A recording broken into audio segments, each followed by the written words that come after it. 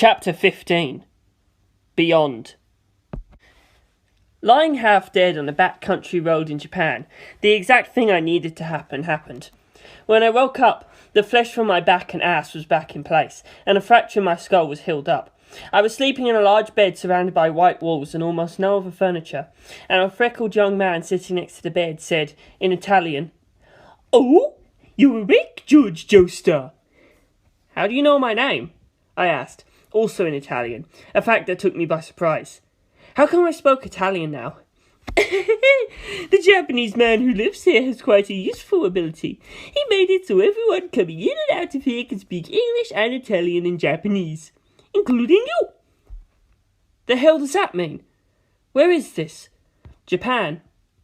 Japan? Mario, my name's Vinegar Doppio, but I wasn't the one who saved you. That was my boss. Hang on, he said, and reached out for a book lying on the side table. There was a bizarre picture of a boy on the cover, and the book's title was Pink Dark Boy Part 8, Volume 112. It was just a bit too large to comfortably hold in the palm of his hand, so Doppio curled it up a bit and held it to his ear. Then he pursed up his lips and began humming a weird little song, and proceeded to ignore me entirely, staring at nothing in particular, and yet speaking to someone who wasn't even there. "Moshi moshi, this is Doppio. Joestar's awake?" "Yes, got it." Then he looked at me. "Yo!" "Huh? Think you could get up?" I wasn't sure, but I pushed the duvet back and lowered my legs to the floor. I was still dressed for my wedding, oh God, but I didn't think mentioning that would be much use, and all I could manage was a groan as pain shot through me. My ass and back felt like they were going to rip apart, and my head felt like there was a wooden stake jammed through it. "Seems to be in a lot of pain." He was calmly reporting the facts to some unseen individual, and it hurt enough I really wanted to punch the little guy for it. "If you keep moving, you'll get used to it. Come on." "No, I can't." It hurt so much, every part of my face was trying to go a different direction. "Hey." "Huh?" "Who do you think you're fucking with?" He snarled, but my eyelids were twitching violently, and I couldn't even get a good look at his face. "What?" "I am a fucking gangster, buddy! Pick your words and your answers carefully, got it?" Doppio pulled his shirt up and showed me the gun jammed in his trousers, and I instantly felt far better. I mean, there was no reason to hold back now. "Don't think I won't use this just 'cause you're injured," he said, and tried to lower his shirt, but I grabbed his wrist, snatched the gun with my other hand, and smashed the grip up under his chin. "Call yourself a gangster? You're like what, 15? 16? I've been shot down by the Germans twice, crash-landed and survived in a goddamn hornet's nest, so get fucking real." Doppio curled up, clutching his jaw, and I put the barrel of the gun to the back of his head. "Tell me what's going on here, wise guy." Doppio looked up and glared at me. Didn't seem like he was trying to hide any fear at all. He might be young, but he had some stones. "Wait a minute, asshole," he said, and raised Pink Dark Boy back to his ear. I found it hard to believe, but it seemed to be a phone. A book-shaped phone. Back in England, phones were the size of cuckoo clocks, and based on their planes and ships, Japan's technology wasn't much more advanced. So if this was Japan, it wasn't 1920. So my problem wasn't just where I was. It was when. Suddenly the stake in my head went boom, boom, boom, boom, boom, boom, boom, boom, shrill and high and vibrated, shaking my very brain. Ah! What the hell? The stake thing had just been a metaphor a moment ago, but now I was sure there really was a stake in my head playing music and vibrating. "I said don't fuck with me! You thought I was just a guy on the end of the fucking phone, did you? You going behind my back calling me Doppio, this small talk-loving phone freak?" Based on the crap the kid was saying, he was the one sloshing my brains. He'd done something to me, with a phone. I had to make him stop, but the vibrations in my head seriously had me about to pass out, and I couldn't get my body to obey any commands from my brain, so I couldn't raise my arm, point the gun at Doppio, or pull the trigger. All I could do was feel my eyes roll back in my head, drool, and say, "Ah, ah, ah." I was dying. I had a phone inside me somehow, and it was ringing and vibrating. He was trying to kill me. I didn't care how. I had to do what I could do. Point the barrel up.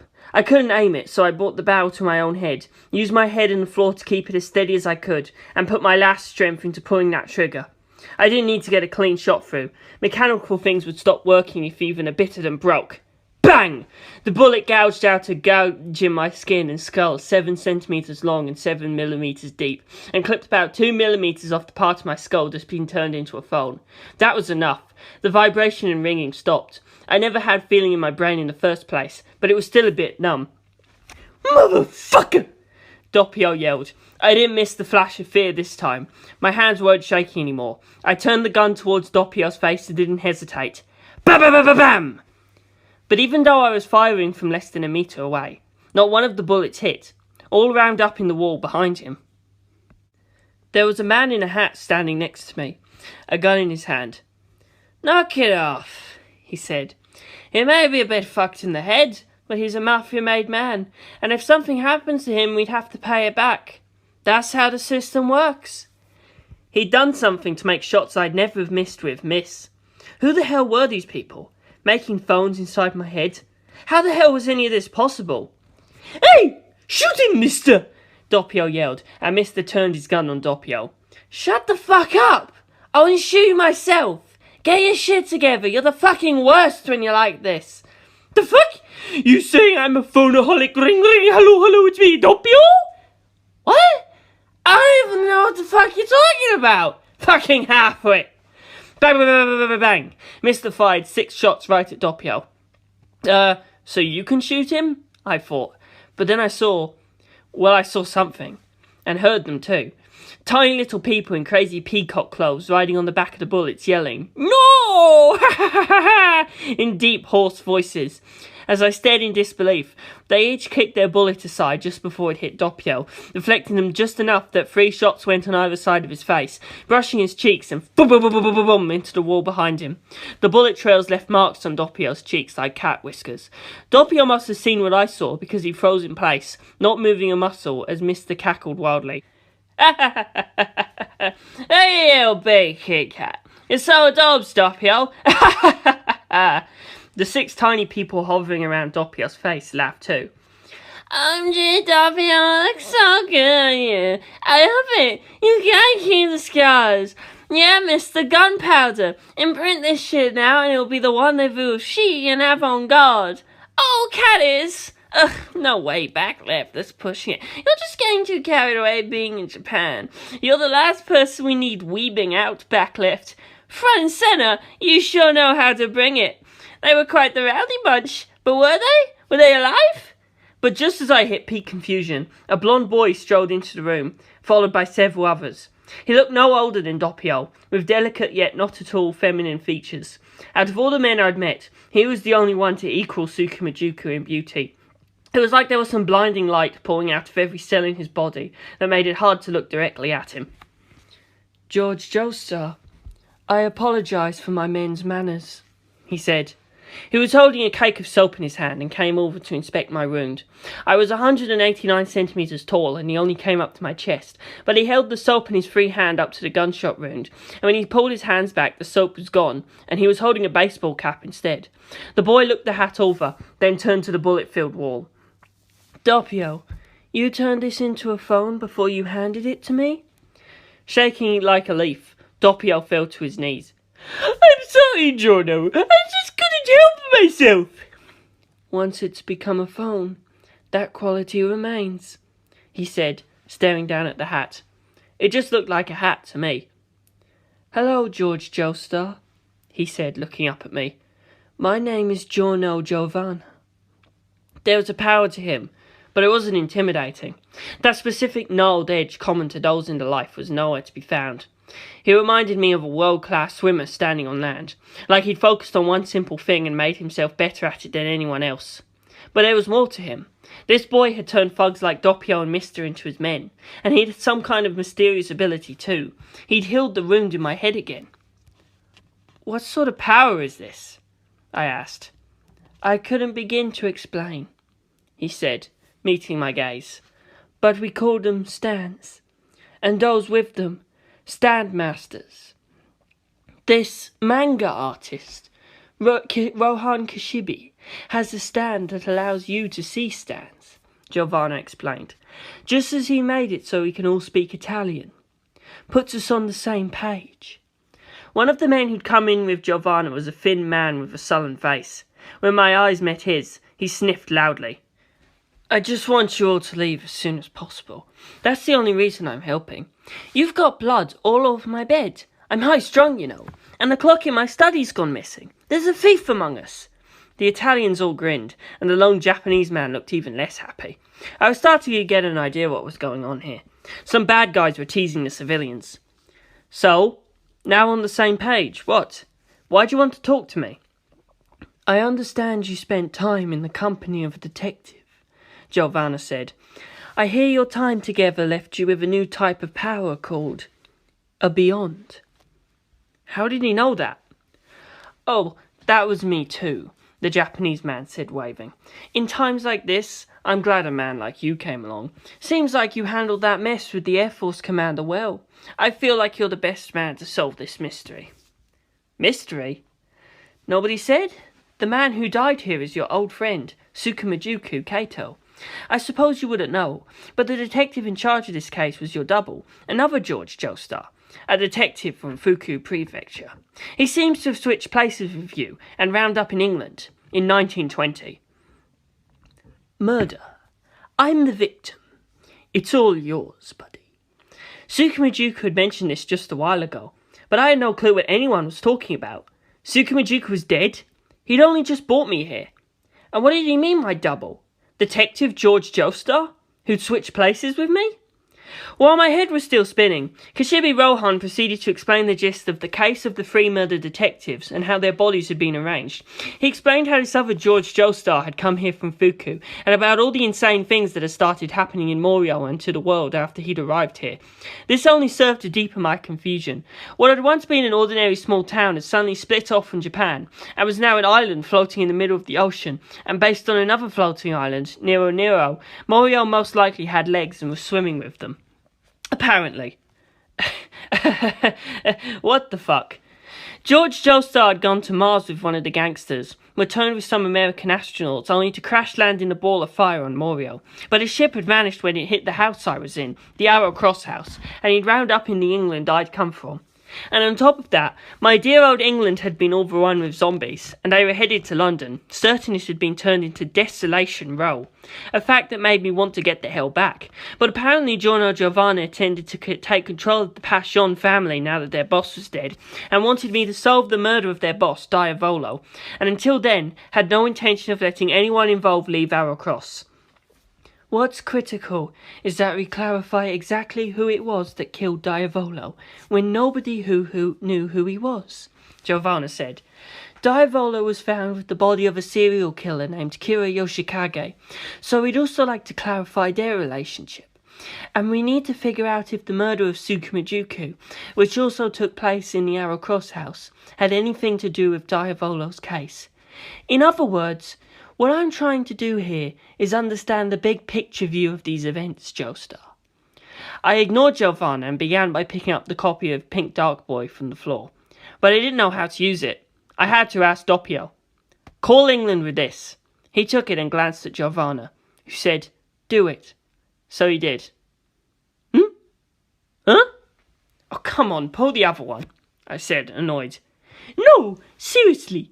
Weird. My phones could call outer space in England. But... Joestar, Mr. said, glaring at Doppio. I've never known him to lie about phones. He's a bit weird that way. Why though? It was working a few minutes ago, Doppio said, tapping the phone and flipping it over, trying to get it working again. He did seem legitimately confused by it, so maybe Mr. was right. A little square machine in Mr.'s pocket rang, and when he answered, Doppio swore. See? It does work! Problem isn't on this end, but over there. Don't know if there's broke or something else went wrong, but I doubt there's broken. Aranji's phone's just a pebble, not that easily broken. If they dropped it or lost it, it would still ring just fine. Either they somehow broke a rock, or I've wound up in some weird-ass place where even my phones are out of range. Since he said it should call anywhere, I got him to tell me how to work it and called the Joestar mansion, but couldn't get through. What was happening in England? Doppio took the light bulb out of the lamp by the bed, turned it into a phone and tried a few more things. Well, we can connect to our Rome offices and San Diego. Tijuana's still working. Guess it ain't the drugs. Yeah, Joestar, only place that's fucked up is England. Although Mario itself's pretty fucked up too. Like the whole town's in a weird fucking mood. Said a mild-mannered looking gangster, raising his hand.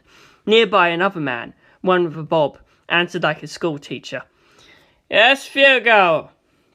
Fugo pointed at the window. That sky looked like the night sky, but I don't believe it is.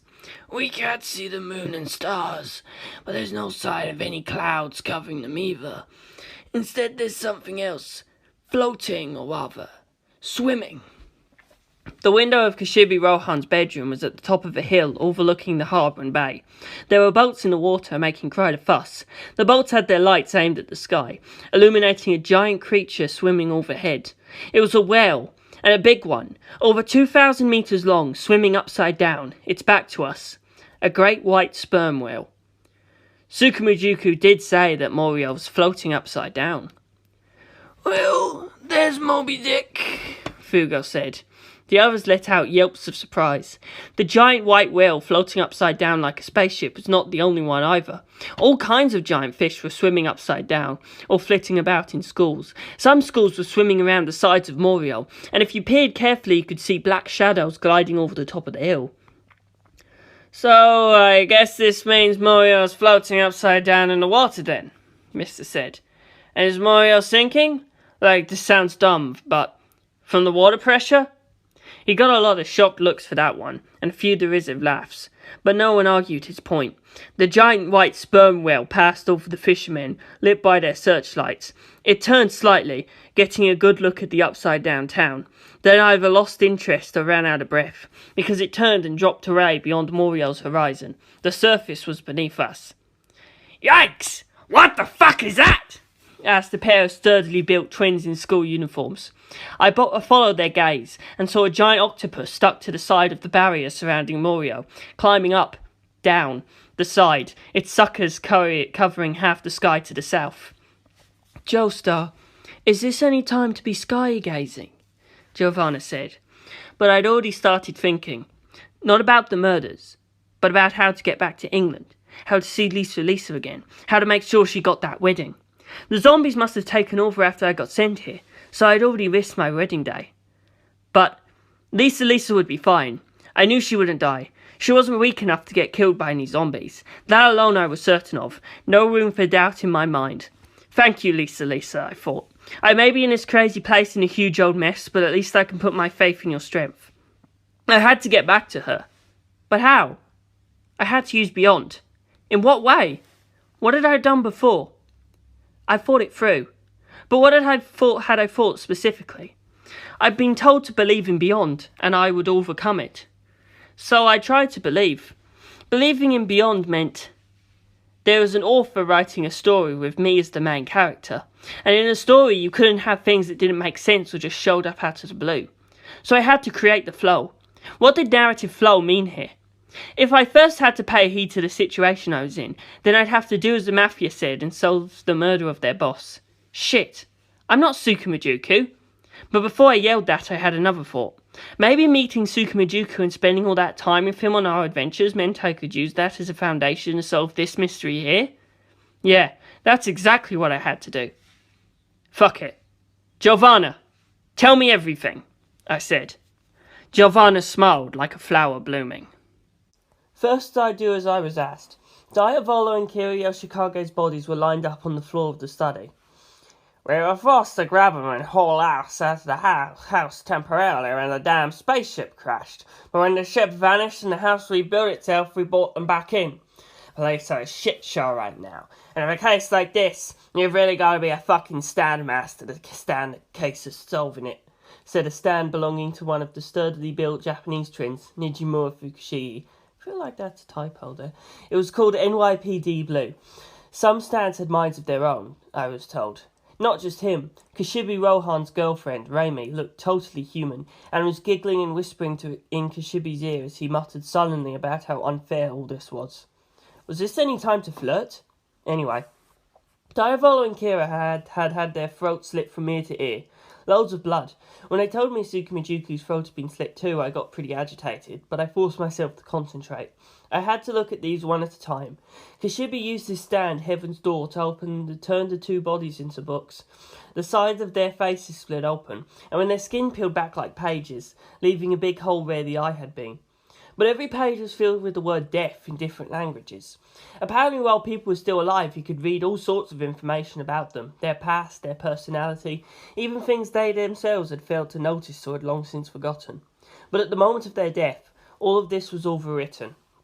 I also took a look at the records made by Leona Baccio's stand Videodrome. Both Diavolo and Kira appeared in the study for an instant, let out a cry, had their throats slit, and died.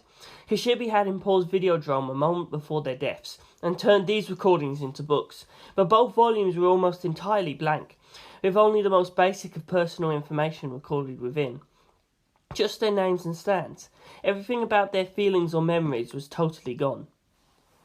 They knew they were about to die, and to a certain extent they'd accepted it. See? Kishibe said, turning to a page that had already begun to be buried in the word death. Death begins while we're still alive.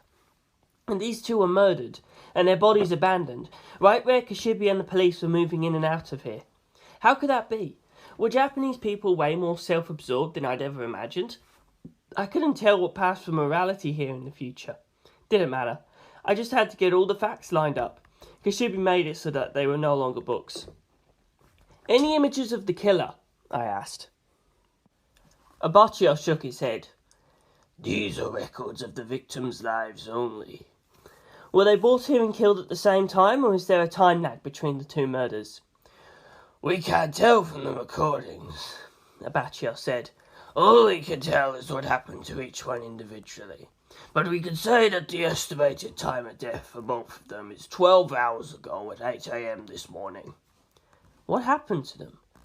But there's no records of what they were doing before they appeared here. Yes, which is very strange. The only way I can explain it is to say that these two men did not exist until they were killed, or that they were brought here to be killed from some day other than July 24th. You can't check records from yesterday or any other day? Videodrome can only check the day of, from midnight until midnight. And that only gives us 1 second? Or I suppose if we look at it from another angle, they could have died a second after midnight, and the estimated time of death is what's wrong. He had no answer to that. I had Baccio replay the recordings and did my best to soak in every detail, just like Tsukumijuku used to do. If the facts were as stated, they'd been dead most of the day. Comparing the 3D images Videodrome made with the actual bodies, and considering this house appeared to have some sort of temperature control that kept it cool, even though it was summer, the condition of the bodies seemed to support that. I spent a bit of time looking from one to the other like I was trying to find the 6 differences, but nothing stood out. Guess these goddamn gangsters ain't trying to pull one over on us with their stands, said NYPD Blue. He'd come up beside me at some point. Yo, nitwit! The fuck you joining in for? Get back here! Nijimura Fukushige yelled, but NYPD Blue was having none of it. Shut the fuck up! This is a murder investigation! No damn way I'm leaving it up to some amateur! He turned to me. Sorry, buddy. Please go on. Go on with what? I didn't have anything. But I went ahead and said, right, and turned back to the bodies, and I guess because I'd been distracted, I noticed something. Kira's face was covered in sweat, and it was dripping off his face onto his shirt, but it dried the instant it hit. The way snow vanishes as soon as it hits the ground. What did this mean? Sweat fell from his cheeks to his chest, but never landed. Could sweat really evaporate that quick? I started to reach out, then asked, does touching these let us feel the bodies? Baccio nodded. But it is a recording, so even if your hands or clothes appear to get blood on them, it's only temporary. Oh yeah? I said, and not making a big deal about it, I just reached out and touched Kira's shirt. There was no undershirt or anything between the shirt and his skin, but it was dry as a bone. As sweaty as his face was, the rest of his body should be soaked, but the shirt wasn't even damp. I wasn't up on advances in the textile industry since my day, but sweat generally took a bit of time to dry. It didn't just evaporate like it was dropped in a hot frying pan. If he'd been volcanic rock hot, I could see it, but from touching him I could tell he was a little warm, but well within the range of normal. This had to be a clue, I thought. What? There's something wrong with Kira Yoshikage's chest? Abbacchio asked. He was standing next to me, watching my face intently. You found something? Don't even think about keeping it secret. Tell the truth now. I used to be a cop. I can tell if you're lying. I wasn't a good liar in the first place, but before I answered, the stand behind me said, Well there, punk. You used to be a police? Then you know the drill. Before you resort to browbeating, have a think for your damn self. And with that, NYPD Blue reached out and started pouring Kira's clothes himself. I think you might just be onto something. Abbacchio said, and stepped up next to NYPD Blue, putting his hands on the dead man's chest. Kira was looping rapidly, letting out shout after shout as his throat split open and snapped closed again and again. I moved on to Diavolo, who was stuck in a very similar loop, and began watching him closely. Since I knew what I was looking for, I found a crick. A drop of sweat from his cheek that fell on his shoulder and was gone. Same thing. I reached out and touched the thin shirt that clung to Diavolo's body, but it was dry too. He too was sweating all over, but just to be sure, I peeled back his shirt and put my hand inside. Yep, Diavolo's belly was drenched, but none of it got to his shirt. How could that be? Three of you acting like total freaks, Mister said, and he and Fugo cackled wildly, but I ignored it. There was something here. How could something like this happen? This wasn't some insta-drying shirt. If it was, Abbacchio and NYPD Blue would have pointed it out. Precisely because this was impossible, the two of them were looking baffled and investigating further, ignoring the hecklers. So if it wasn't a fast-drying shirt, then fast-drying sweat? That seemed equally unlikely. No matter when I was, sweat was sweat. Physics remained physics. Drying takes time. But to what extent did physics apply here? Look at what lay just in front of me. A tangible recording of a human's death. A humanoid superpower investigating a crime of its own free will. Everyone here was beyond my experience. They could turn books into phones, replace skulls with soap, and make 6 little drag queens ride bullets. The entire situation was fucked up. A town upside down in the ocean surrounded by an invisible wall. The fish swimming past us weren't gigantic. We'd been shrunk somehow. Could we judge anything based on conventional physics? We couldn't. It seemed there were still rules in effect, but physics were only relevant to a limited extent. This was the work of a stand, this sweat, this instant death, and the way he dragged them into this room and killed them, without them even trying to resist.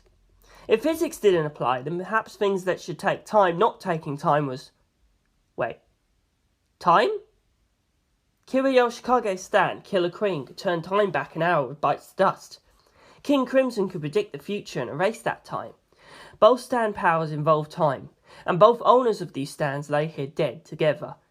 Speaking of time, Tsukumajuku had fallen through time from England in 1904 to Japan in 2012, and then time travelled 2 more times before dying. And there was one more. Mr. Kashibi, I said. The thin artist turned towards me. Didn't you say something about a clock? I did, he exclaimed, thrilled someone had actually heard him. He strolled forward. There was a clock, right here in my study, on this very desk, and it's gone missing. It was the only one I had of telling time in this windowless room. It was hardly a valuable piece, so I would gladly buy whoever took it one of their own. But I'd like mine back, thank you. What for? Mister said. Just buy a new one for yourself, Sensei. I have affection for my own things, Kashibi snapped with such vigour that Mister actually backed off. No need to shout, he said. Kashibi had a knack for making everything he said sound oddly convincing. I mean, sure, I get you. I care about my stuff too, Mister said. So give it back. I won't let anyone leave until it's returned. I thought the gangsters were keeping Kashibi here, but apparently he just turned those tables on them. I could hear people laughing quietly, impressed with his bravado, but I put my mind to thinking. A missing clock. There must be a reason for that. If Kashibi was telling the truth and it was a cheap clock, there was no benefit to stealing it. Unless whoever stole it had a reason to think having a clock here would be bad news for them. Again, time. That was the key word behind all this. The only problem was how. Time for sweat to dry. Why did it dry in an instant? Ignore physics and find the answer. Push through it. Sweat wouldn't dry instantly. It took time to dry. It only appeared to take no time. That amount of time was sped up to look like only a moment. It looked instantaneous, but it was no such thing. And by the same principle, the second it took to kill these two was not actually a second. A much longer period of time just looked like a second. Time had been sped up, and he'd hidden the clock so he wouldn't notice this had happened. That was it, I thought. I was confident I had the answer. But though they were clearly sped up, neither of them were moving like they were in a movie being cranked too fast. Human bodies were never completely still, so when sped up their movements are always jerky, clearly unnatural to our eyes. But there was nothing unnatural about the way they were moving, or even the speed of the blood as it came gushing out of them. Only the sweat was strange. It formed on the cheeks slowly, like normal, then pulled and swelled and dangled and fell and dried unnaturally fast. Not just that. If this was all happening normally, I'd be able to put my hand beneath his chin and catch the drop of sweat as it fell. But the speed of their sweat was so unnatural I couldn't figure out the timing of that. What did that mean? The people were moving normally, but their sweat was sped up. The instant it left their cheeks, it fell and dried really fast. The instant it left their cheeks. So human skin was the border surface, and the flow of time was different within and without? Was it possible for time to flow differently inside your body than outside? It must be. Otherwise, this situation wasn't possible. Proof lay in the stands these two had. Killer Queen could make someone explode so hard they had to relive the last hour over again, but only the person who exploded remembered what had happened, which meant time flowed differently for the bomb guy alone. Kim Crimson worked the same. Diavolo could predict the future and delete that amount of time. So if events happened in the following order, A, B, C, and he deleted B, then for everyone but Diavolo, events would flow as A, C. But for Diavolo, things would be A. His prediction of B deleting B, C, extended by the act of using his stand, but changing the flow of time for everyone else. In other words, time could flow differently inside a person and out. Most of the time, those times synced up, but if this type of stand was used, they stopped lining up. Diavolo created a smaller disconnect, but with Killer Queen, whoever he turned into a bomb could repeat that time more often the more they got scared and tried to get help. The gap between their time and real time would get bigger and bigger. And wasn't our internal sense of time always a little off? Even without the involvement of stands? I couldn't begin to believe that the time I'd spent being bullied on the Canary Islands, the time I'd spent fighting in the war, and the time I'd spent gazing at Lisa's hair streaming in the wind and gleaming in the sunlight could all have been flowing at the same speed. And the time I'd spent facing Antonio Torres inside William Cardinal in the motorised manner definitely didn't flow at the same speed as the time I'd spent deducing things next to a pair of corpses surrounded by gangsters here. When we concentrate, the flow of time within us speeds up. We can think an incredible number of things in mere minutes, seconds even, so compared to the external time, the time inside us passes in a flash.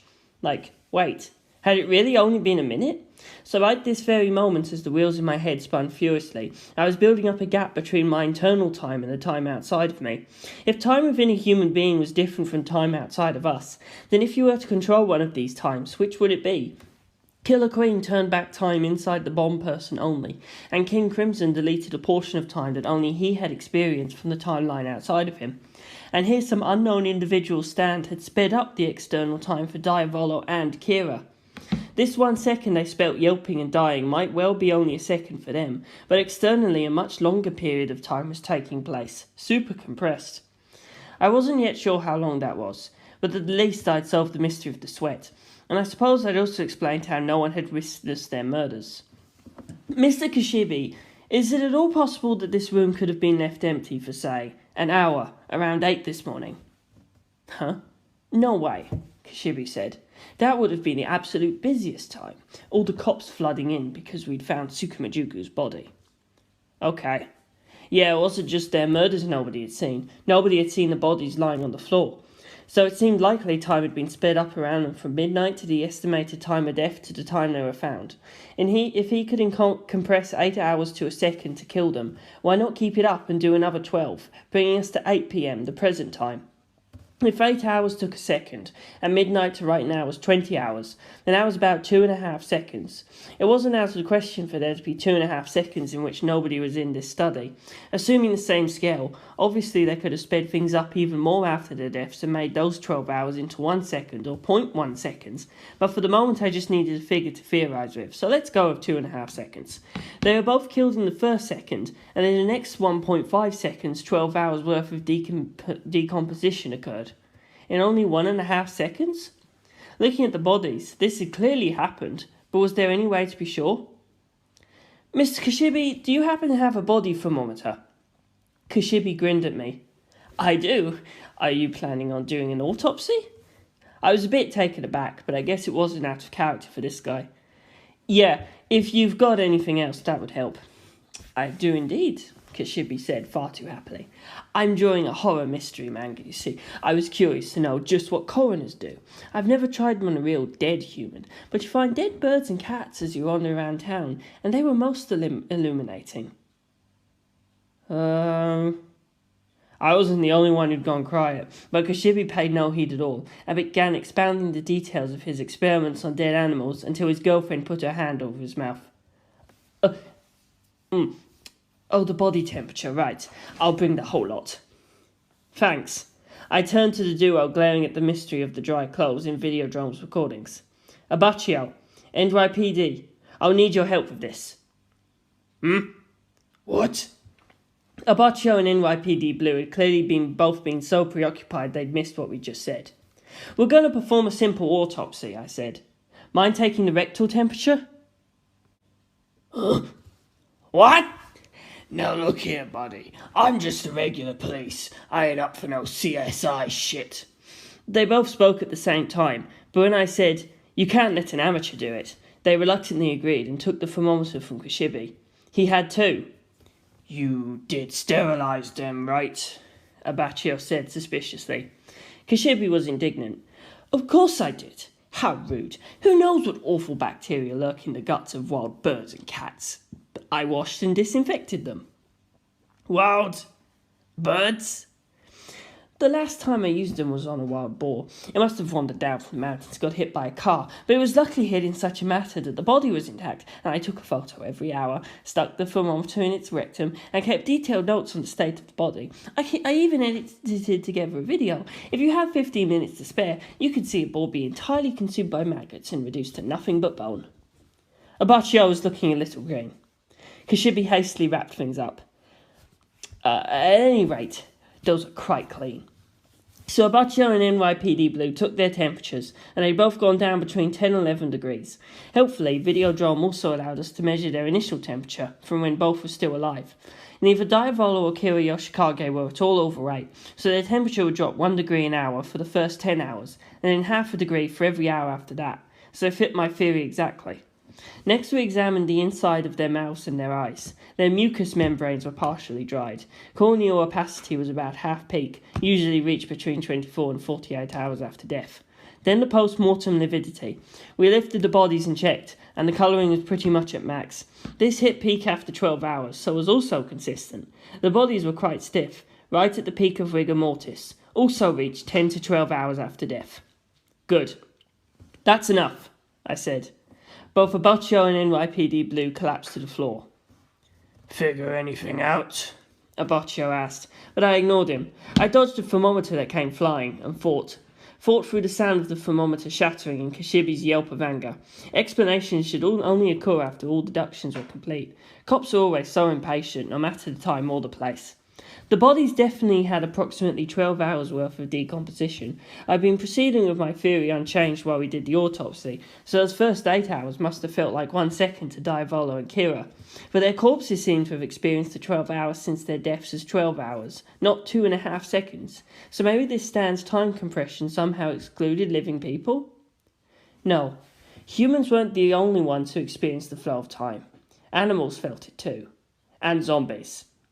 Okay, if this stand could compress time while excluding those who could perceive time, then the differential between the two flows of time left the sweat hanging off their cheeks as inside, as a part of their body, and the moment it disconnected from their jaws it became external and not part of their body.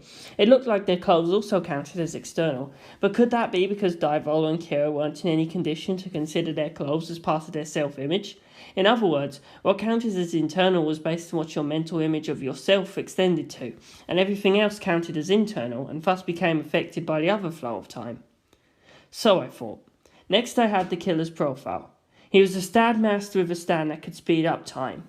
He killed Diavolo and Kira in that sped up time. Slit their throats. But was it really possible to cut a living person's throat this deep, this easily? Neither one of them was bound in any way.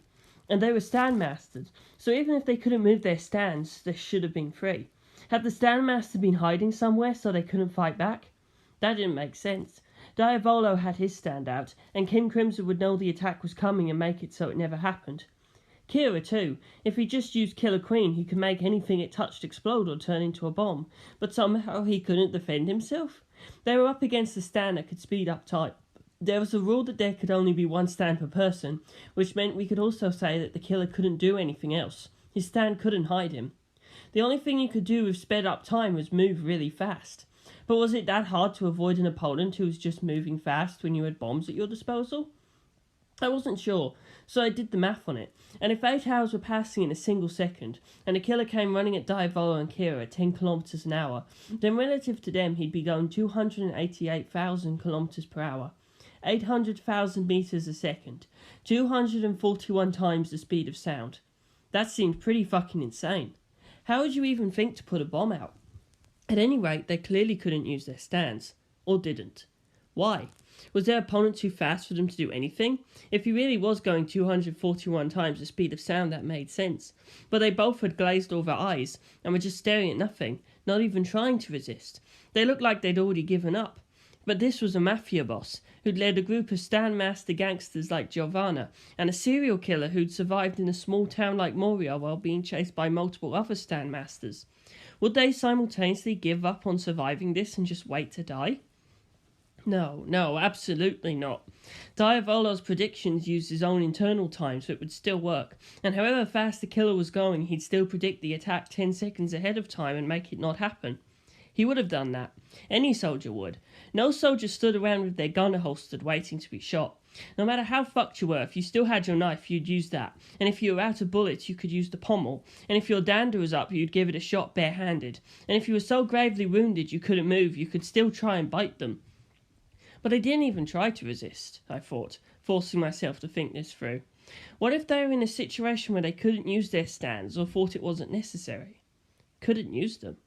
They were uninjured until their throats bled open, and if they themselves weren't hurt, their stands should have been just fine too, and vice versa. There was no way they couldn't have used their stands. So if they thought they didn't need to? Yeah, that had to be it. It's the only thing that made sense. After all, they were both sweating fiercely and yelping aloud, too surprised and confused to realise they were in danger. But what was it that surprised them? What confused them? Since the enemy stand had sped up time, had the world in front of them turned into a swirling maelstrom? I looked around me. They died in this study, with nothing in it but a desk. There were no windows in the walls, just doors. No windows in the ceiling either. What would change here even if an hour was compressed down to a second? Most likely nothing would change at all. There was nothing here I could see that would provoke such surprise or confusion. So what got to them? If there was nothing around them, then someone other than themselves must have been here, and that couldn't be the killer. The killer slit both their throats without them noticing. He would have been hiding. So what did Diavolo and Kira see, and what thoughts ran through their head that rattled them like that? Each other. Two stand masters who could control time. A Mafia boss and a serial killer. And Giovanna and Kashibi seemed to believe they were the source of whatever power made Nero and Moriel start moving. They were together when they died. Why? Because they were fighting. I had it at last. Kira Yoshikage's stand, Killer Queen, had a third power called Bites the Dust that turned people into bombs that would go off if anyone tried to find him through that person. And when it went off, it would send them back in time an hour to start over.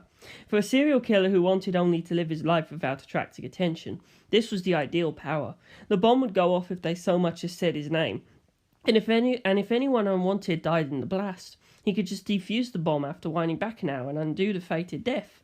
But the one flaw is that the person he'd primed retained their memories in time, but Kira himself had no way of grasping what was happening.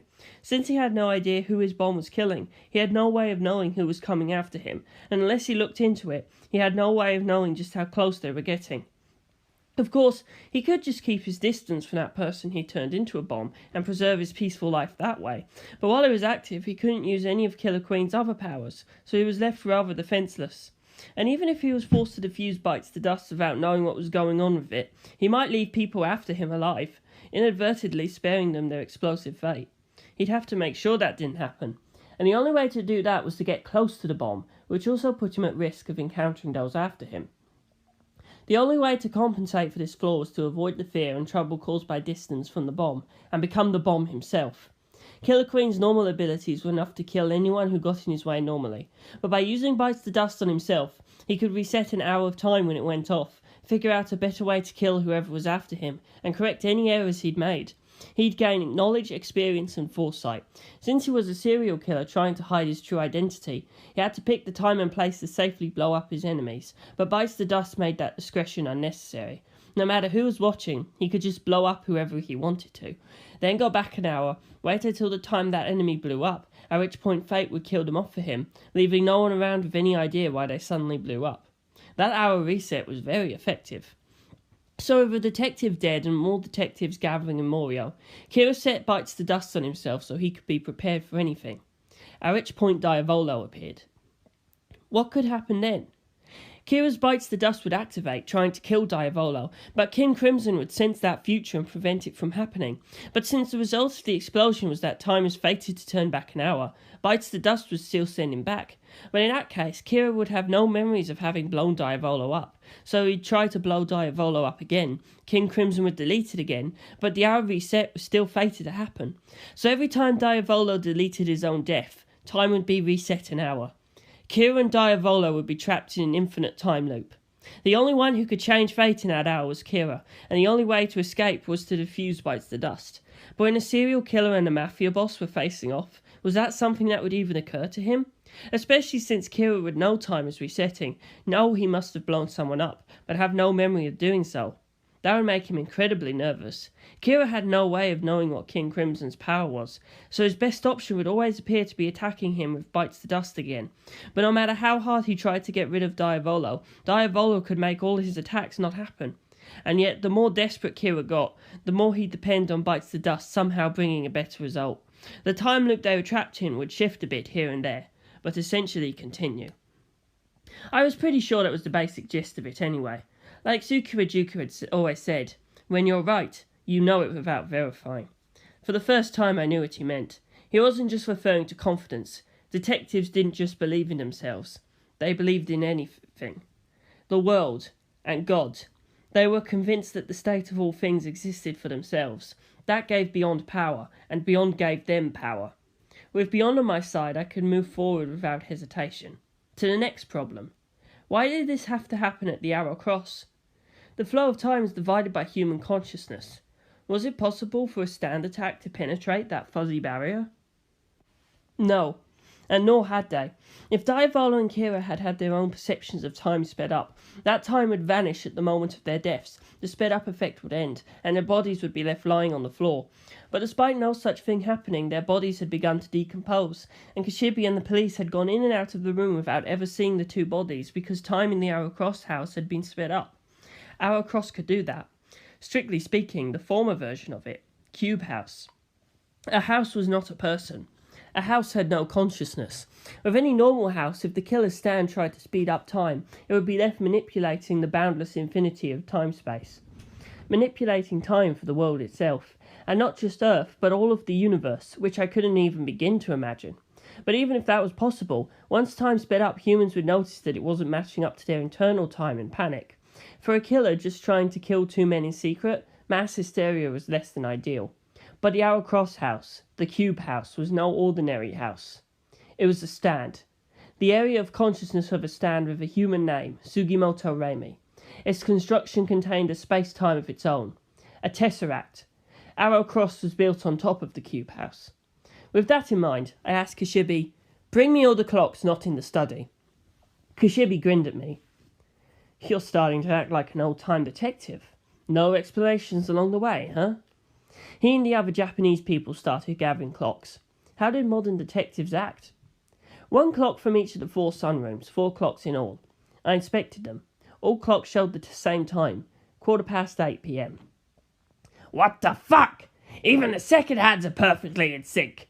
Hella creepy, Rohan. "You seriously need a shrink," the massive twin said, but Rohan was having none of it. "I'm simply not as sloppy as you nitwits." I absently checked my own watch. 11:15. I should be in the middle of the wedding ceremony, putting a ring on Lisa, making my vows, maybe defending myself after a service buddy jokingly objected to the wedding taking place. But I hadn't lost that time. It might be in the past, but the past still existed, and I'd get back there somehow. I put my head back to the deucing. The sped-up effect occurred in this study. Put another way, it didn't happen in the additions that turned the place into Yarrow Cross House. The border was defined by the Cube House. "Raimi, mind if I ask you a few questions?" "Sure," she said and trotted over to me.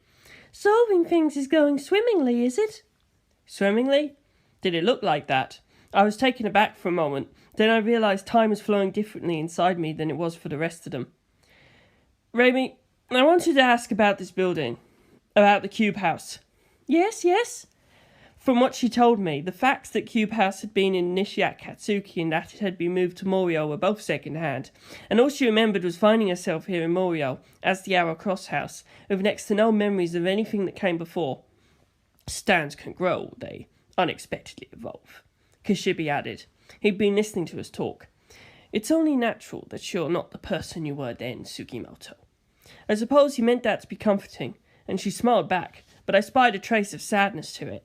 The sadness of not being the person you once were, or of not having memories of your past, was not something a full throttle forward type like Kishibe could really understand. "Muyo Taisu's Grand Blue have increased in number. That sort of thing happens all the time," Kishibe said. "Has anyone else lost their memories when that happened?" I asked. No, not the human master, but the stands themselves have been known to change inside and out, so it stands to reason they might wind up completely overwriting the old version." Raimi looked even more downcast. Time was flowing for her too. I couldn't help myself. "Kishibe, have you ever felt the fear of forgetting what happened to you? Ever felt like you'd lost time you knew you'd lived through?" "Nothing frightening about it," Kishibe said, and it didn't seem like he was bluffing. "The vast majority of my life contains nothing of any consequence whatsoever. I've thrown all of myself into drawing manga, so that's all there is." He arrogantly. Raimi just gaped at him. At this point, the Japanese kids behind me, Hirose and the twins, put their 2 cents in. "Jeez, Rohan, you're being a real jerk here." "That ain't George's point. Don't you get that?" "Come on, use your imagination. Man, you're useless when you aren't in front of the drawing board." Something in that seemed to get through to him, and he abruptly turned towards Raimi.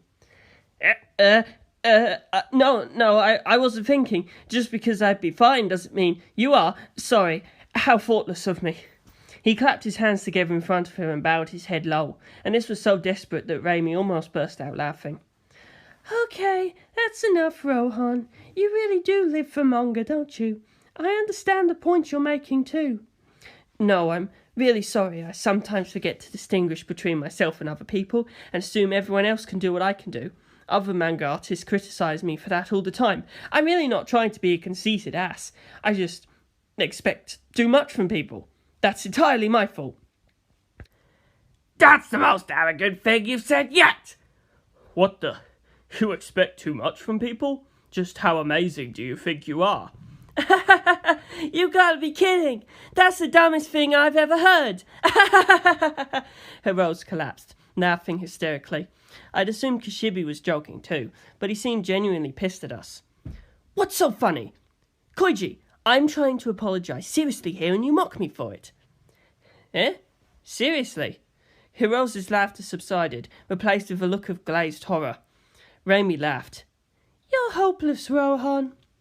I didn't have enough hours in the world to deal with this, so I got the conversation back on track. Raimi, I get that you're a very unusual stand, but fundamentally every stand has a master, and their job is to stand by that master, right? I definitely say a stand forgetting their master is kind of an exception, a pretty unique situation, especially for stands with minds of their own. Forgetting their master when they grow or evolve would be kind of a big problem. Raimi looked very serious suddenly, and the others went quiet to listen. That's why I don't think you grew or evolved. I think it was more like something shocking happened to you. Shocking? I was aware of something rather like that. Trauma. Wounds. Harm sustained could give you power. Raimi, do you remember being injured or suffering in any way? I asked. Her eyes really did look like a human's. There was a light in them, and that light went out at my question. It was like I was tumbling into a deep abyss within them. My words had struck a nerve. A wound, I said, the certainty of beyond behind me. She said, and the light in her eyes flickered back on. The words she'd bottled up inside came flowing out. My back. It's been hurting for a while. Huh? Your back? Yeah. Oh. Raimi went beet red. She screwed her eyes shut and grit her teeth. Huh? Sugimoto, Kishibe said. What are you doing? Her breathing heavy, Raimi's body suddenly jerked as if stabbed in the back. She hastily pulled the straps of her dress off her shoulders and pulled her top down, baring her back. Sleazeball gangsters started making wolf whistles, and one even let out a particularly creepy "oh!" And then an arrow showed up, right between her shoulder blades, and not just some symbol, but an actual arrowhead inside her, raising the surface of her skin as if moved, and it looked so painful and uncanny that we all went deathly silent. Ah! It's burning up! It's on fire, Rohan! Raimi screamed, and the skin on her back split open, and the arrowhead came sliding out onto the smooth surface, but no blood came with it. The arrowhead looked to be made of stone, and had elaborate carvings along the surface of it. Free of her body, it dropped to the floor, and Raimi collapsed beside it. Sugimoto! Are you... Kishibe yelled, rushing to her side. Breathing heavily, she said, I remember now, Rohan. About myself and about my master. She picked the arrowhead up off the floor. I was asked to keep this arrowhead and make sure nobody else took it. I locked myself up inside the cube house, but then I accidentally, or maybe not, I'm not sure, but I stabbed myself with it. She moved the tip of the arrowhead near her arm, and a strange wind swept up around it, as if the arrowhead itself was pulling her skin towards it. This was clearly no ordinary arrowhead. It had a mind of its own. She pulled the arrow away from her skin, took a moment to catch her breath, and turned to me. I remember now. It's been such a long time, Jorge Joestar. She smiled at me, as if looking at an old photograph. You know me? Of course. I've been searching for you for a long time, and protecting this arrowhead. I know why I came to Morio too. I was waiting for you to get here. All this time. What do you mean? I mean I love you. I wasn't the only one blown away by that. Kishibe was left speechless, and the twins and Hirose all shrieked. Raimi turned to find Kishibe gaping at her. She smiled at him. Well, not me. My master loves him. Obviously, I myself have never even left George. Well, that's not my problem, Kishibe said. The twins and Hirose all relaxed and began chattering at Kishibe, but I ignored them. So who is your master? There's only one girl waiting for you who can make locked rooms. Penelope de la Rosa. George, honestly, how could you not know that already? Boys are the worst. It was very like Penelope to treat a man about to turn 31 like a boy. So, let's get back to Penelope, George, Raimi said, standing up. yeah. Wait, you think we're just going to let you leave? Mr. snarled. Yeah, George, Fugo said. You still haven't figured out who killed Diavolo. Why should he? Raimi said. George has no obligation to do that whatsoever. Obligation? We ain't talking about no obligation here, Mister said. He was smiling, but his eyes were narrowing. We ain't asking either. We're telling him to do it, however he has to. Raimi snorted. You can act like big shots all you like, but remember where you are. You're inside me. Right. We were inside Raimi, inside the realm of Raimi's consciousness, so if time sped up here, it wouldn't affect anything outside. A moment ago I became my old self, Raimi said. This isn't the old Arrowcross. The arrow's not in me anymore. This is the cube house now. It has no doors or windows. If you don't do as I say, you're never getting out of here. And remember, when I say never, I mean that literally. What? Fugo and Mister ran to the doors and flung them open. Shit! The furnitures are still here, but there's no doors or windows. Fuck! A polar bear! Why the fuck is this thing here? Wait. Why is your face over there? Mister? What are you doing back there? As the two henchmen encountered the tesseract for the first time, Giovanna rose to his feet.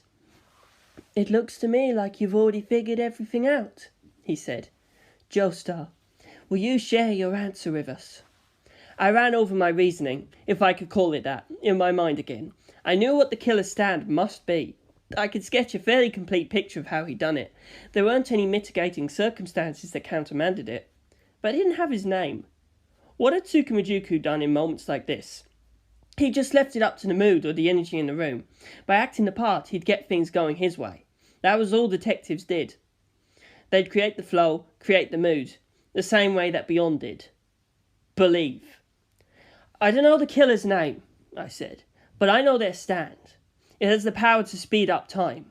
They lured Kira Yoshikage and Diavolo here. Kira had primed Bites the Dust on himself. The killer set them up against each other, had them attack, and Crimson deleted the moment where Bites the Dust blew him up. With both still alive, Bites the Dust turned back time an hour, and brought the same fate around again. As time began to loop, the same events happening again and again, the killer sped up time, compressing it until neither of them could move at all. Then he slit their throats. When I finished my speech, there was a long silence. Over by the corpses and videodromes, Abaccio and NYPD Blue were gaping at me. I see, Giovanna said, trying unsuccessfully but adorably to conceal his surprise. That's all, I said. I don't have anything else worked out yet, but it seems like you might know something about a stand that speeds up time, right? Giovanna had been so quietly calm all this time. Why had that description rattled him so? But he just shook his head. No idea, I'm afraid. So why were you so surprised? No, maybe this wasn't surprise. There was a sadness in his eyes. Why was this such a shock to you? As if that brought him back to himself, Giovanna's usual mask slipped over his features. It didn't. There was clearly something here. Something not right. Is your boss lying? I said, turning to Bruno Bucciolati. He'd been watching everything closely from behind Giovanna. Giovanna spun around, not expecting this, and his eyes must have met Bucciolati's. Bucciolati didn't answer immediately. I can smell it, Giorno. A smell I shouldn't be smelling. Bucciolati? Don't. I shouldn't ever be smelling this in my own family, on my own team. So why the hell am I? You're imagining it. I'm what? Bucciolati roared. Mr. and Fugo came hurrying back to the study. What's up, Bucciolati? Shut the fuck up, Fugo! Bucciolati snapped, seething with rage. His men fell silent. This stench just got even more distinct. Giorno, you just lied to me. I'm not imagining this shit. You know damn well I can smell a lie a mile away. I've proven it countless times, Giorno. My nose for lies is never wrong. You're keeping something from us.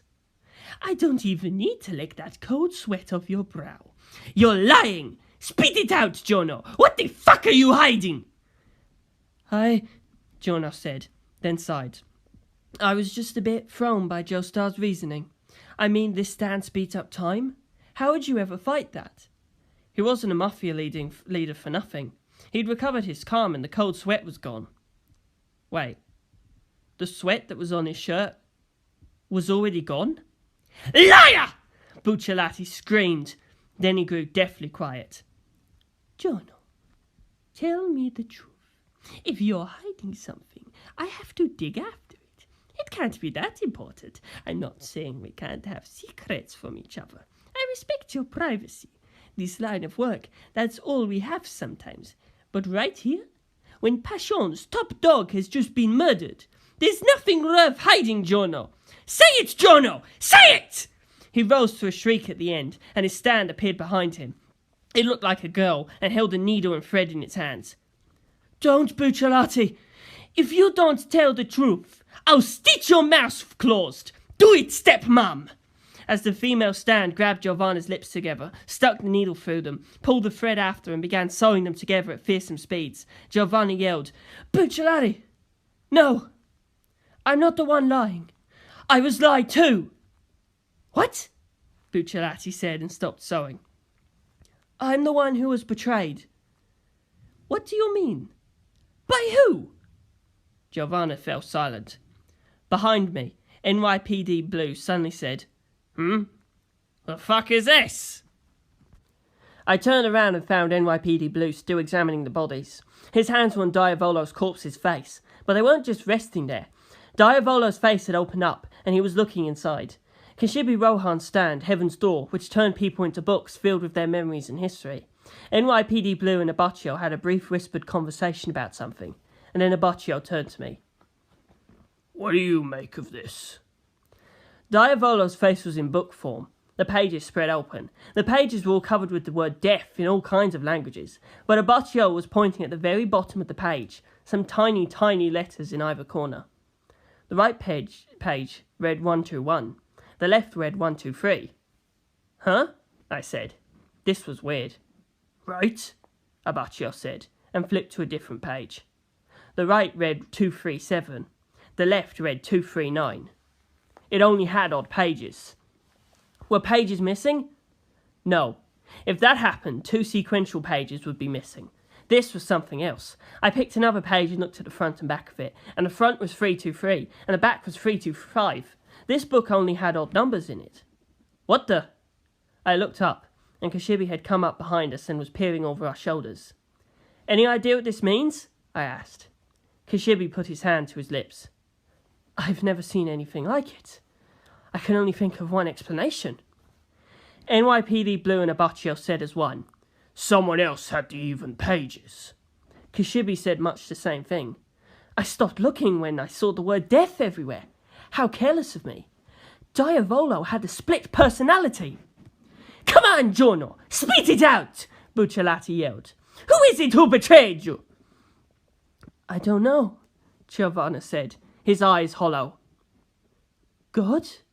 Don't you even dream about fucking with me right now, Bucciolati yelled. Stepmom sewed more of Giovanna's mouth shut and threw a few stitches through his cheek as well, completely wrecking his even features. Tell me the damn truth, Giorno. You're a fucking boss. What the fuck are you up to? I'm telling the truth. I've been betrayed by God. Grit your fucking teeth, Giorno! Wham! Bucciolati just straight up punched Giovanna in the face. Raimi squeaked and hid behind Kashibi. The twins and Heroes were completely at a loss now, frozen in place. Blood sprayed from Giovanna's mouth and tears from his eyes. He was crying. Blood and tears fell to the floor. The blood dried and the tears vanished. In an instant. Kashibi spoke up. I've looked inside almost everyone alive in here, so Heaven's Door can make you all able to speak all 3 languages. Only 2 people I haven't looked at. Giovanna, who could already speak Japanese and Italian, and the empty-eyed boy who showed up late following Giovanna. Vinegar Doppio, where is he? NYPD Blue and Abaccio looked around, but there was no sign of Doppio. Huh? He was just there! Shit! Where is he? Kashibi yelled. Find him! Jacques! Enzo! Johanna!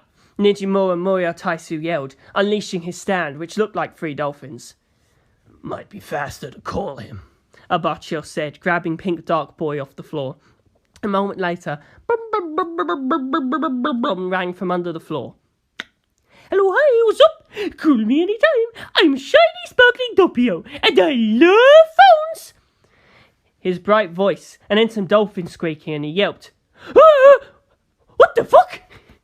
"Bring him back here, Grad Blue," Muriel Taisu yelled, and the hole in the centre of the study slammed open, and a dolphin flew up out of it with Doppio on its back, and the door in the ceiling opened, and the other two came back as well.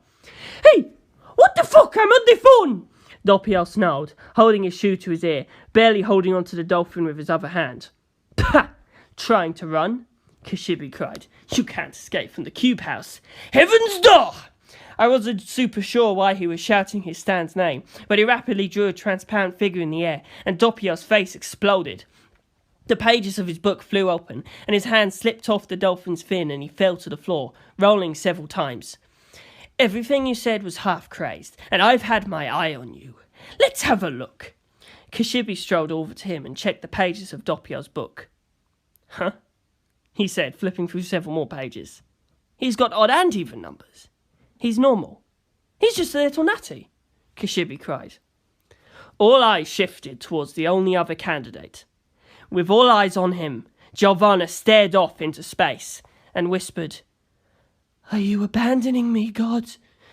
Another tear rolled down his cheek, but the moment the tear left him, it sped up and evaporated before it hit the floor. "Something stinks!" NYPD Blue yelled. "The bodies are rotting faster!" Abaccio yelled. Time inside the cube house had sped up again. "Yes, he has. Can you blame him for it, Giorno Giovanna?" The speaker was a man standing in the door to the north, dressed in a form-fitting silver garment that looked like something out of an H.G. Wells novel. There was a cross on the front. "Who?"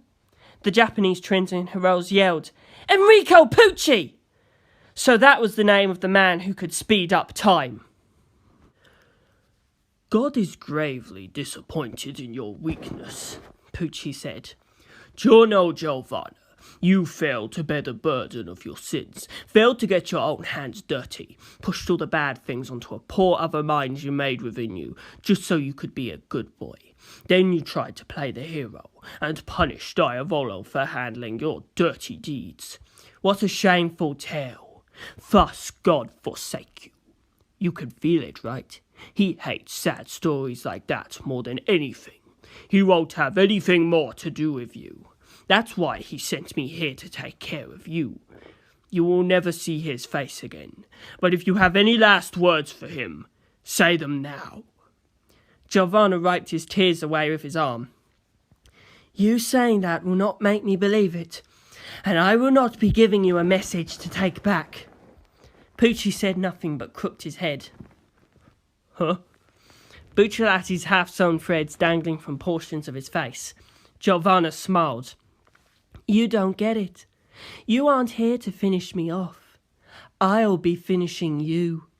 You're the one God has forsaken. This was always the plan, poor priest.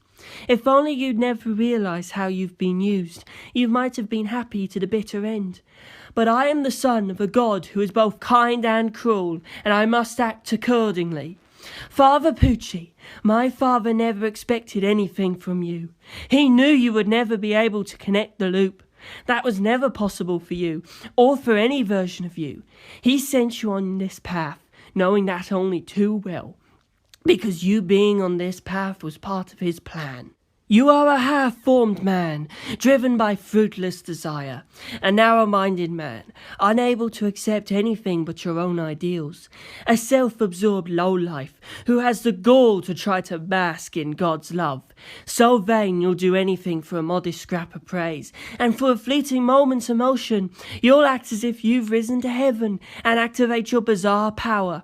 He had a use for that power, but that use has been and gone. If you were but a little more rational, he might have allowed you to remain by his side, useful or not, but in the end, you are a man of no experience, incapable of deeper thought, incapable of seeing the big picture, a fool dancing at the whims of your betters.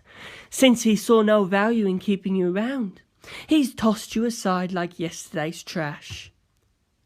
Are you prepared? There was an awful crackling sound all around us, and the cube house's wallpaper and carpet faded, peeled, tore, rippled, rolled and disintegrated. Time was going faster and faster. Ah! The evidence! I turned at the scream and saw NYPD Blue hurriedly carrying the rapidly rotting bodies of Kira Yoshikage and Diavolo out through the east door. In the north door, Enrico Pucci had gone beet red. Silence, boy. Giovanna laughed aloud. See? You know I'm right. That's why you've gone red. But you don't even realise throwing a childish tantrum to deny the fact just proves how shallow you really are. I said shut up!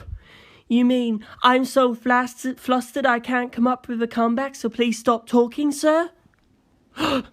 There was a snapping sound, and Kishibe's work desk in the centre of the room collapsed. I looked at the clock sitting on the rotting desk. Those with needles had long since spun so fast the needles flew off, and Joel's projecting numbers onto glass were changing so fast it was impossible to read the time.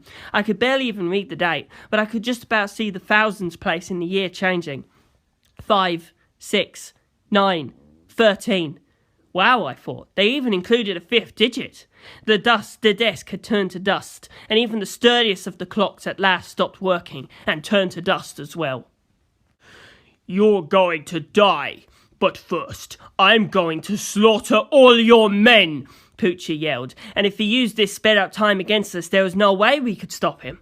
This was well beyond Mach speed. He'd been moving faster than the speed of light, which was supposed to be the fastest speed possible.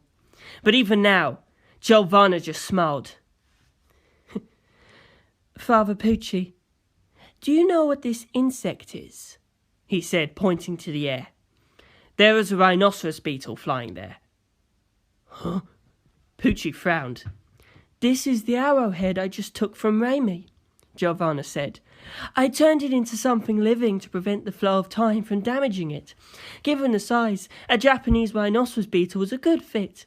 But you know, I've been thinking, was there really only one arrowhead hidden in the Arrow Cross house? Pucci was still thinking. Giovanna didn't wait for him. I mean, there's more than one arrow outside. Ah! Ah! Ah! It burns! Rohan, it burns! It's so hot I can't bear it! Raimi screamed and grabbed onto Kishibe, her back thrashing violently as another 3 rhinoceros beetles surfaced on the skin of her back, tearing their way out of her. Giovanna laughed. The 4 rhinoceros beetles. You see your mistake now? This is the real prophecy. Pucci broke his silence at last. No! No! It cannot be! He yelled, trying to scream his way back to solid ground, but Giovanna pressed the advantage. Madame! The rhinoceros beetle near Giovanna's head turned back into an arrowhead and began rusting quickly in the sped-up time, but he was fast enough. There was a sound that shook the air, and a yellow humanoid stand appeared behind Giovanna just as the arrowhead stabbed it. Heaven's not waiting for you, Enrico Pucci. But you're such a coward, you just speed up time in hell to get through it. You'll get the fate you deserve. I'll trap you in the same loop you trapped Diavolo and Kira Yoshikage in when you killed them. Ah! Pucci's scream turned into a shriek. I've had enough of your smart mouth. Children should be seen and not heard. Die! And he vanished. He wasn't gone, of course. The speed of his attack was just so great we couldn't see him anymore. Useless! Giovanni yelled, and his stand, which looked a bit different now that it had fused with the arrowhead, swung its fist once through the air. And the soft sound of everything inanimate in the room crumbling beyond dust into the component elements stopped. Only silence remained. The sped-up time had stopped. I looked around me. All decorations had vanished, leaving nothing but the plain walls of the cube house. All the Japanese and Italian gangsters were fine, standing there stunned. A thought struck me and I hastily checked my clothes, but they were intact. Good. But this didn't go for everyone. Mister's clothes had disintegrated, and his fellow gang members started laughing as he smiled blissfully and bragged about how free he felt. I suppose it was up to your own consciousness where that boundary lay. I asked Giovanna, "Is it over?" He nodded. "Yep. I don't see Pucci anywhere." My stand sent him to a world where he has nowhere to go, and no way of getting there, Giovanna said. He was staring at his stand, now reborn in a new visage covered in arrows. That world makes all his desires and actions be in vain. This is my evolved stand. Gold experience wet cream. Enrico Pucci is no longer even able to want to come back here. No matter where he tries to go, he won't be able to get here. Even if he longs for death, he won't be able to die. But if he tries to live, no life worth calling such awaits him. It's not life, and not death. A place both connected to nothing and nowhere, where he'll wander lost for all of time. I said. Isn't that a fate worse than death? Maybe a bit too much, really, but I let that go unsaid. I really didn't know Enrico Pucci at all. If you feel sympathy for him, don't bother, Giovanna said, as if he'd read my mind. This is the fate he deserved, and at the same time, a blessing. Since this is a punishment direct from God, it's quite simple to interpret endless punishment as endless love. For a man as self-absorbed as him, he'll have done that already, and be rapturously happy. Really? Even as I doubted it, I picked up on a mismatch of bodies and the number of souls, and turned to the artist Raimi was clutching. Kashibi. Heaven's Door. Thankfully, he instantly grasped my meaning. He yelled, Heaven's Door! And swish, swish, swish, swish, sketched the drawing in the air, and bam! Giovanna's face exploded into a book. We had to catch him by surprise to get past that stand of his. Since we'd pulled it off, I stepped in to verify Giovanna's book had only one page, and the only place of anything to read was the back of the cover. His face. The page number was 2, and the text was just death in all sorts of languages. Okay, so he was dead. As I pulled back his page, I found a hollow within, with his eyeballs floating in the air. Our eyes met, but those eyes were something he'd made with his stand. Holding his cover open, I moved around his frozen body and looked Giovanna in his handsome, eyeless face. I see. You came here with Tsukumajuku then? Antonio Torres. The cover of Giovanna's book began to laugh. God damn, George! You're all acting like a real detective! It was Antonio, so he was speaking Spanish. I replied in kind. I just got used to you being a constant pain in my ass. My knees weren't shaking anymore. I'd been so scared of Antonio, but now I'd conquered him. I should have done this from the start. Never let Lisa save me, but fought him myself. Pop, pop! I looked towards the sound, and 2 balled-up manuscript pages followed across the floor. Giovanna's eyes. There was a hiss as the air leaked out of the holes in his face, as Antonio went back to being an empty skin. Gasps went up from around us. Giovanna was gone. Dead? I wasn't sure. Well, now what, Jorge? Antonio Torres said. On his forehead was a note written in Tsukumajuku's handwriting. After the monster hunt on La Palma Island, Antonio Torres, 1900. Most likely, in all the commotion around the incident at the Torres home, he'd switched places with an ordinary skin, Roundup carried to school, and after the Alejandro attack, Tsukumajuku had written that note on it. In other words, this was the original, before he split, the very same Antonio Torres that had tormented me years ago. What's up, Bosa Blanca? You don't fucking space out on me! He could yell all he liked, but there wasn't much he could do in book form. Okay, I thought. What to do with this, Antonio Torres? But as I thought, I found the answer to another question. Are you the one who killed Tsukumajuku? Light enough to get in and out of the Arrow Cross house without crunching the gravel, but strong enough to move a human, albeit a 15-year-old boy. Only this paper-thin zombie fit both conditions. There it is! Good job! You got all this shit, but way less dumb! Yeah, kind of a lot happened. I didn't have time to catch up with him, though. But you couldn't have done it all alone, I said. I mean, they were arranged to look like Japanese folk tales. The only people you could ever lead was that pack of kids you used to bully me with. Who's the boss controlling you? What is it you're trying to accomplish? During our big fight, he'd said he was working for someone. But who was his boss? That would be me. I turned around, and the east door was open, and in it stood a man who should be dead. Diavolo. Shit! "What the fuck are you doing, Giorno?" shouted Fugo, Mr. and Abaccio, and each in turn attacked him, but all attacks came up empty. I could hardly believe this guy shared the same body as the fit but delicate Giorno Giovanna, but like R.L. Stevenson wrote in The Strange Case of Dr. Jekyll and Mr. Hyde, personality could change one's appearance and physique, and behind this man's broad back stood a stand with a tiny face on its forehead. King Crimson. Of course the gangster's attacks all missed. He was predicting the future and deleting it. Giovanna's Diavolo pretty much walked straight from the east door over to me. This must not be a job he wanted to do. That's why he'd reverted to Diavolo. But I wasn't about to just take it. Ah!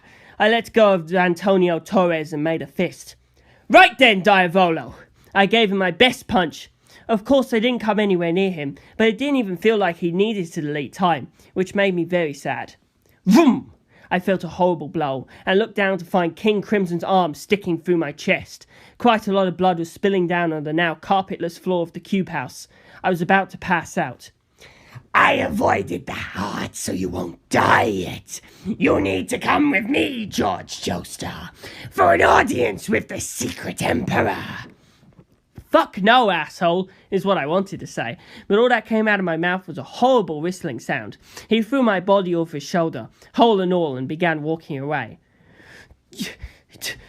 Don't let him go! Stop! Look at me, asshole! The fuck do you think you're doing? The Japanese contingent joined the gangsters, trying to get after Diavolo, but King Crimson took care of them easily, and Umber got punched pretty hard. George! No! Don't take him! Raimi shouted through her tears, and my body suddenly felt weightless. Diavolo had jumped through the door in the floor of the study. King Crimson punched through the door below that, and we went down. Grand Blue had left the next door open, so he went right through. We hit the study again, and everyone took a swing, but King Crimson went nuts, and every blow was blocked or dodged. We were still falling and going faster and faster, until I couldn't even tell what was happening. George! Hang in there! Raimi yelled. I'll come find you! Just don't die! That last part seemed like a tall order. But when my eyes opened, I could hear the sound of water lapping. The sea at night, dead bodies all round me. I was on the deck of a ship at sea, near the open lids of a black, wet box. Diavolo was standing at the base of it, looking inside and smiling. Just as my dream said. Wake up! Aren't you tired after your 100-year nap? I never actually seen the box Diavolo was yelling at, but I recognised it. I'd imagined it, feared it, and it was as ominous as my mind had predicted. No wonder people had thought it was a coffin. The man who rose slowly out of the box was thin, just skin and bone, but he wore a crown of thorns on his head. There was a hole in the hand he placed on the box's edge. He stood up, stepped out of the box onto the deck. There were holes in his bare feet too. Stigmata. It was like Jesus Christ had come back to life at last. But this man was not the son of the Christian God. This vampire was my father's enemy, my mother's enemy, my grandfather's enemy, and the enemy of every living thing. It was Dio Brando. For a while, Dio stood on the deck, gazing at the moonlit sea. His cheeks were sunken and his skin a wreck, but his profile was possessed of an unearthly beauty. Hey, what are you doing? Diavolo said. We can't be here all that long. Let's go, vampire motherfucker. Without moving his gaze, Dio said, I went 100 years without a single dream. Huh? I'm tired, Diavolo. I don't care. Just get a move on, you doddering old man. And I'm hungry. Since long before I slept. Huh? So? So first, I eat. You may not look it, but you're my son. Your blood will agree with me. Dio reached his scrawny hand out towards Diavolo. What the fuck, asshole? Diavolo said, and King Crimson popped out, but Dio's fingers were already in Diavolo's neck. Ah! Your stad can't see what happens while time is stopped. There was a gulping sound from his fingers. He was clearly drinking Diavolo's blood through them. Behind Dio stood a stand, humanoid with what looked like air tanks on its back. What the? I thought. This was the stand that had tormented my mother. It could stop time.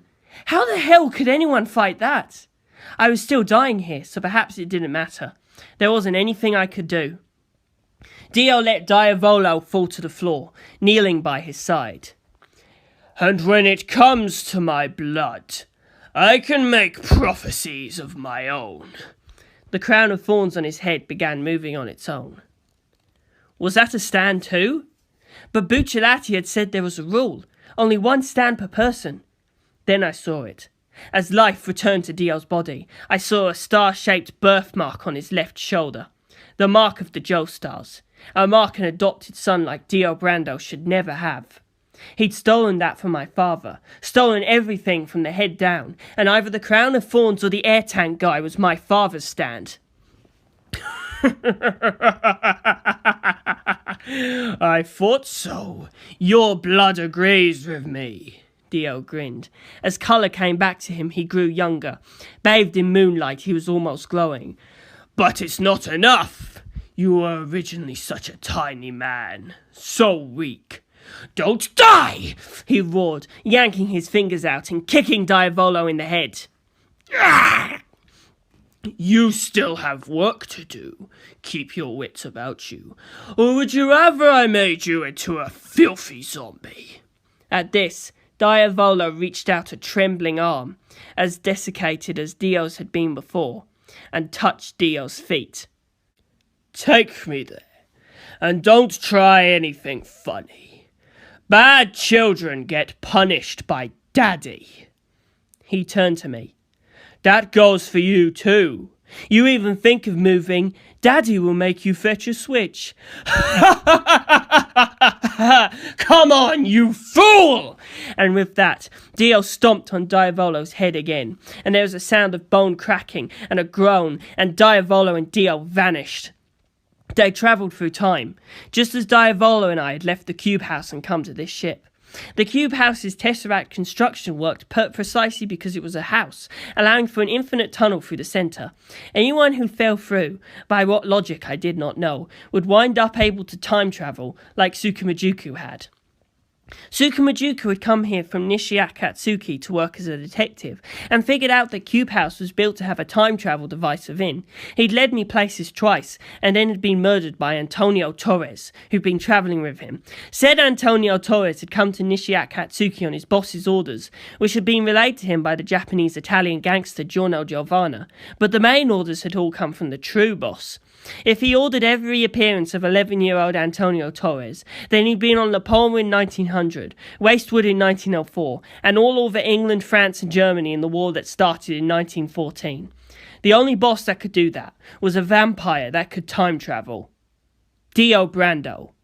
This was all that vampire's doing. He hadn't been sleeping quietly at the bottom of the ocean. He'd woken up, immediately broken through the space-time barrier to attack us, and my family had now been tormented for more than 30 years by this dastardly adopted son. Even then, he was acting much too quickly, I thought. Like everything had been prepared, his actions scheduled, and he'd just been waiting for the right timing to start. Or had he? That crown of thorns stand. And when it comes to my blood, I can make prophecies of my own. Was that line just explaining the stand's power literally?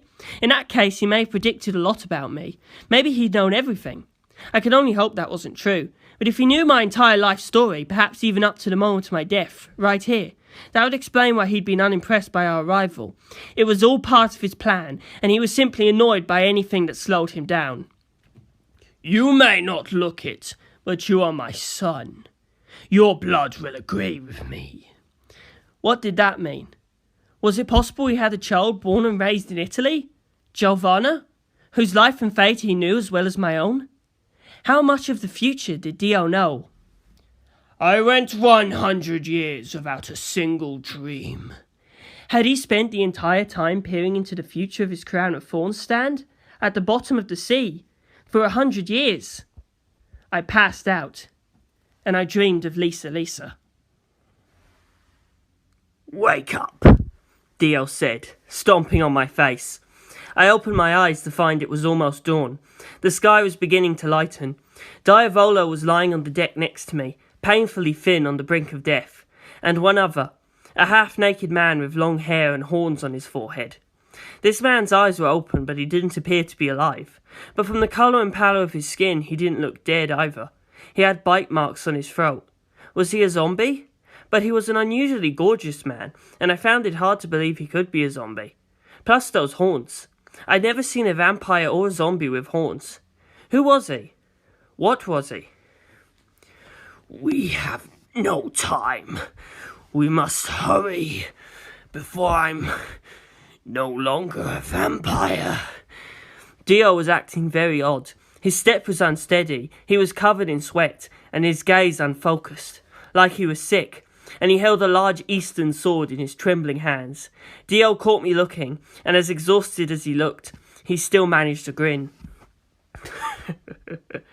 This is a Japanese katana, George.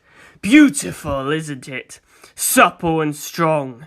The sharpest blade in the world. See? And with that, he held the sword aloft. The blade turned towards him, and with a sharp breath, shunk, he brought it down upon his own head. The sword split Dio all the way to his chest in one blow. As they said, no resistance. One swing and it cuts this far. The two halves of his face were still grinning down at me. This is something your father Jonathan taught me. My life is so strong, I could be cut in half and not die. Observe! Your father's sword only cut me to my guts, but... With a mighty grunt, Dio pushed the sword still further, straight down through his crotch, until he'd cut his entire body in half. See? I live, even cut in two.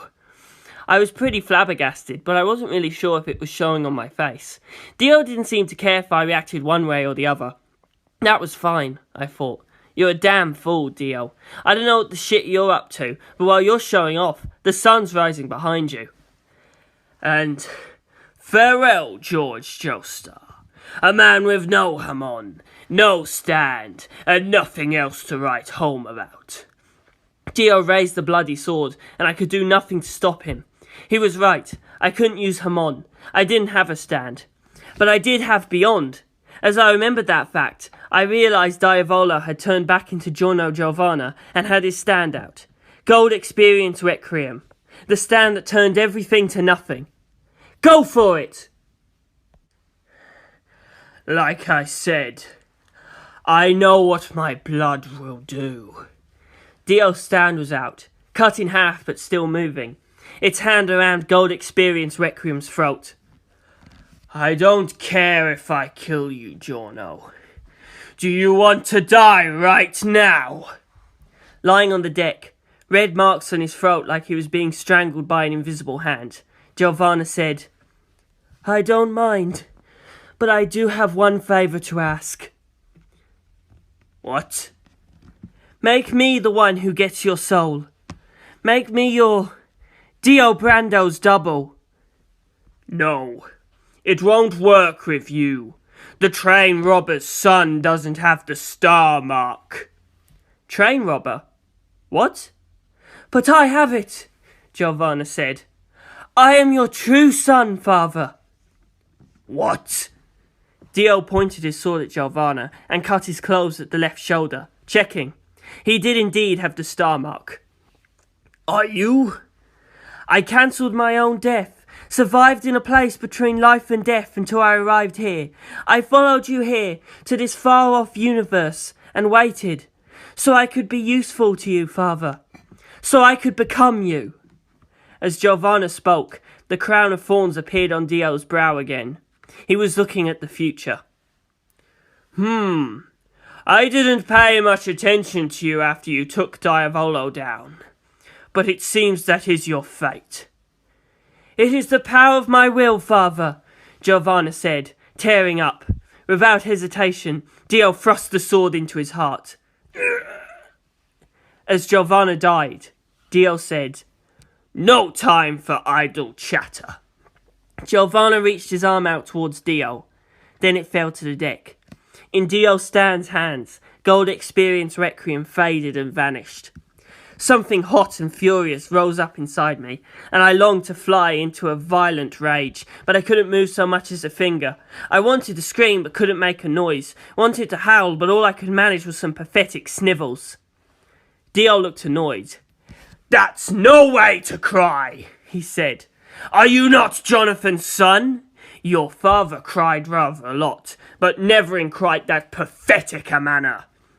I couldn't keep my emotions in check. I kept crying, unable to stop the tears. "You heard him. This is what he wanted," Dio said, tossing his sword aside. Then he plunged his hand deep into his own left chest.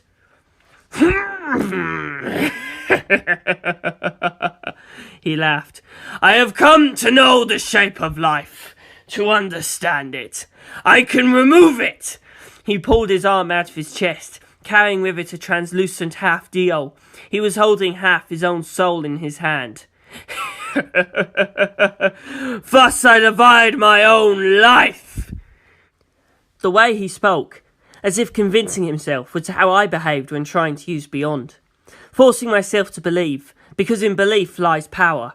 And at that instant, the sun showed itself all above the horizon, and we were bathed in the sunlight I'd been waiting for. With a whoosh, Dio's body burned, and I thanked Beyond. Yes, the sun rose in time. But then Dio yelled, "Ah! This is bad. The sunlight doesn't hurt that much." "It doesn't?" "I must hurry!" "Ah!"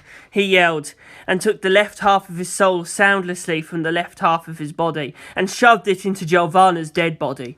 Abruptly, Giovanna's flesh bulked up, his very bones growing, his limbs stretching, his features growing sharper, until he was another Dio. Dio's personality inhabiting Giovanna's flesh had physically transformed it, just as Diavolo had changed him. "Shit! Was I in time?" Dio said, and staggered sideways till the two halves of his body were pressed together. The instant the two halves lined up, the cut vanished, and the two halves were one whole again. In the sunlight, his entire body was on fire, but the fury with which that fire burned was waning. This man had conquered the sun. Smoke rising off of him, Dio picked up the sword from the deck and sliced Giovanna's far too tight clothes off the other Dio. The other Dio fell to the floor, half naked. The original Dio looked down at him, the crown of thorns appearing again. Looks like I made it in time." Dio picked up Dio, threw him in the open coffin and closed the lid. Then he sat down on the lid and let out a long sigh. As he did, his body stopped smoking, and all trace of any burns vanished. He'd been breathing heavily, but now that too returned to normal. He let out one more long sigh, and looked up with a grin on his face. "I feel amazing! Such power! This is the world of the ultimate thing? It's astounding! Ultimate thing?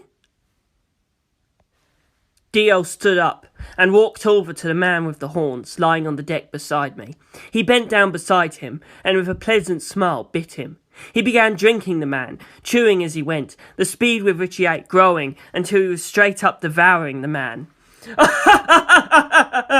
I can eat him! I can eat the ultimate being and make his flesh my own! Blood! I just have to make the blood agree with me! Blood is everything! Blood is power! Becoming a vampire was the best decision I ever made! He's delicious! Cars is the best meal I've ever had! I've never felt better! He let out a shrill scream. He'd eaten Kars's face and brain, and chest and belly, and a third of his limbs, and it was so disgusting I passed out again. Maybe I was better off dead. But I woke up to him kicking my face again. Dio had blood all over his face. "Wake up!" he said.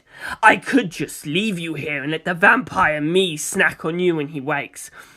But you're Joestar, for better or for worse, and there's no telling what you'll do that I fail to predict, so I can't let you die here.